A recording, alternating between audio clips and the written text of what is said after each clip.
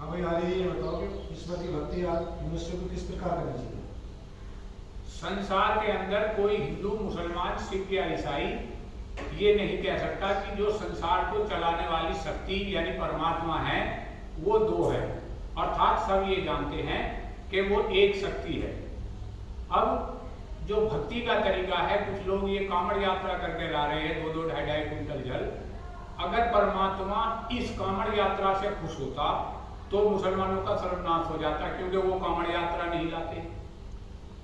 और परमात्मा अगर नवाज अदा करने से खुश होता तो हिंदुओं का नाश हो जाता, क्योंकि हिंदू नवाज अदा नहीं करते। इसका मतलब ये है कि ना तो कांवड़ यात्रा करने से परमात्मा खुश होता है, न नवाज अदा करने से ईश्वर खुश होता है।